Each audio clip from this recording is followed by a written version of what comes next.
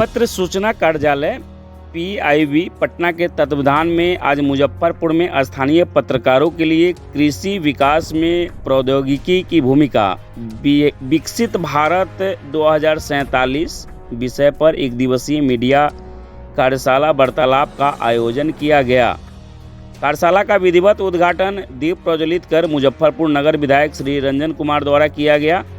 इस कार्यशाला में जिले के प्रिंट, इलेक्ट्रॉनिक एवं डिजिटल मीडिया से जुड़े मीडियाकर्मी ने बड़ी संख्या में सक्रिय सहभागिता की।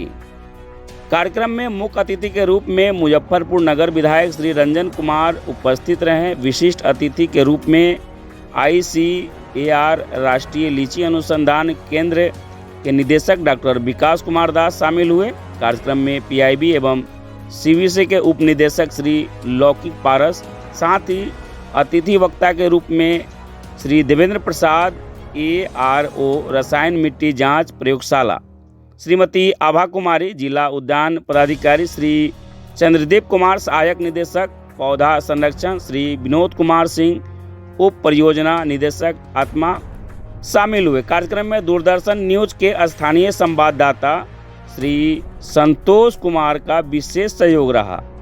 कार्यक्रम का मुख्य उद्देश्य कृषि क्षेत्र में आधुनिक तकनीकी के प्रयोग, उनके प्रभाव एवं विकसित भारत के लक्ष्य की प्राप्ति में उनकी भूमिका पर पत्रकारों को जागरूक करना था।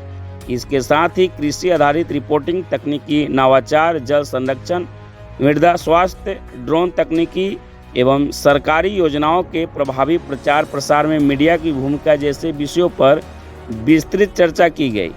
उद्घाटन सत्र को संबोधित करते हुए मुख्य अतिथि मुजफ्फरपुर नगर विधायक श्री रंजन कुमार ने PIB के इस प्रयास की सराहना की। उन्होंने कहा कि मुजफ्फरपुर में अपने लीची यानी शाही लीची के लिए विश्व भर में प्रसिद्ध है।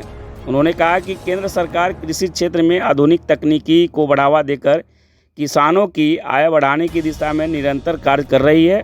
जिले में लीची प्रोसेसिंग इकाइयों को विस्तार का भी उल्लेख किया गया।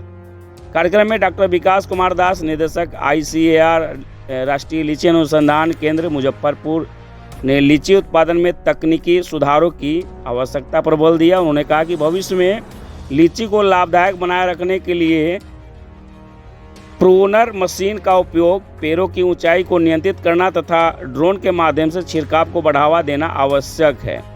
श्री देवेंद्र प्रसाद सहायक अनुसंधान अधिकारी मिट्टी जांच प्रयोगशाला मुजफ्फरपुर ने मृदा स्वास्थ्य पर प्रकाश डालते हुए बताया कि क्षेत्र की मिट्टी जिसके कारण उसकी गुणवत्ता में सुधार की आवश्यकता है।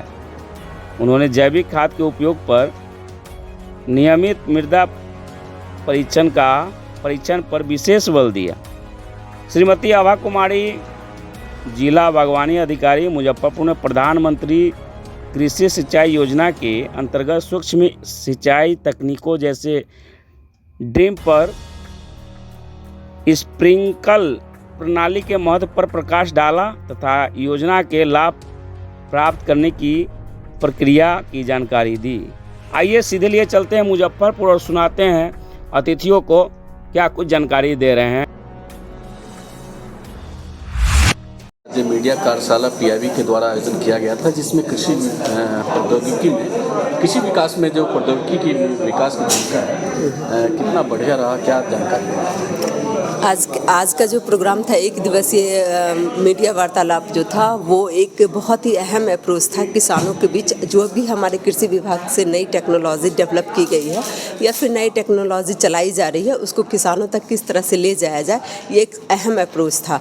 इसके माध्यम से जो उद्यान से संबंधित योजना था, जैसे कि प्रधानमंत्री कृषि सिंचाई योजना, ये एक नवीनतम टेक्नोलॉजी है जिसके माध्यम से किसान जो है वो सिंचाई पद्धति को कैसे एडवांस कर सकते हैं। जो परंपरागत तरीका था उनका सिंचाई करने का, जो कि था उनका परंपरागत तरीका जो है वो फ्लड इरिगेशन है, उसको हम कैसे रिप्लेस करके सूक्ष्म सिंचाई पद्धति को अपनाते हुए अपने खेतों में बेहतर उत्पाद ले सकते हैं और जल के अपव्यय को किस तरह से कम किया जा सकता था, इस पर मैंने फोकस किया। इसके साथ साथ जो है वो पौधा संरक्षण से ड्रोन जो उनका नया टेक्नोलॉजी है, ड्रोन के उपयोग से किस तरह से पौधों पे जो है छिड़काव का इस्तेमाल करेंगे, उनके बारे में ब्रीफ जो है जानकारी दी गई।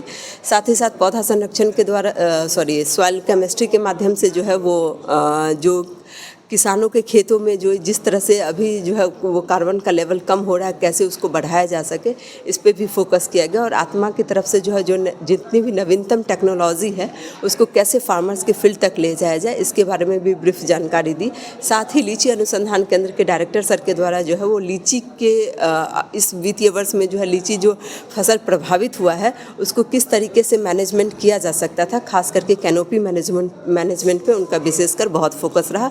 तो इस तरह का अप्रोच जो है वो हर साल होना चाहिए, ताकि जो है वो हमारा जितने भी नए टेक्नोलॉजी है वो किसानों तक पहुंच सके और किसान इसको अपने खेतों तक किस तरह से इम्प्लीमेंट कर सके। ये एक बेहतर जरिया है जिसके माध्यम से हम अपनी योजनाओं को और जो नवीनतम टेक्नोलॉजी है वो किसानों तक पहुंचा सकते हैं। धन्यवाद। ये क्षेत्रीय मीडिया कार्यशाला आयोजन किया गया, क्या विषय रहा और कैसा रहा?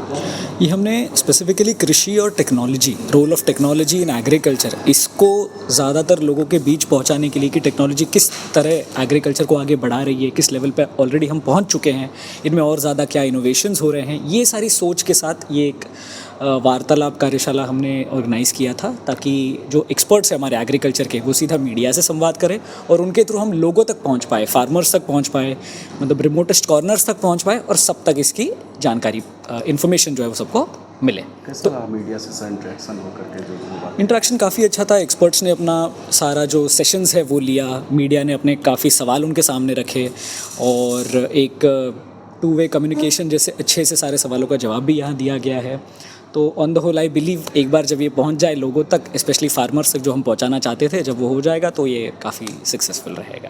परिचय देंगे सर? मैं लौकिक पारक हूँ, Indian information service officer 2019 batch, और अभी यहाँ पटना में कार्यरत हूँ। मैं डिप्टी डायरेक्टर के पोस्ट पर PIB और CBC देख रहा हूँ।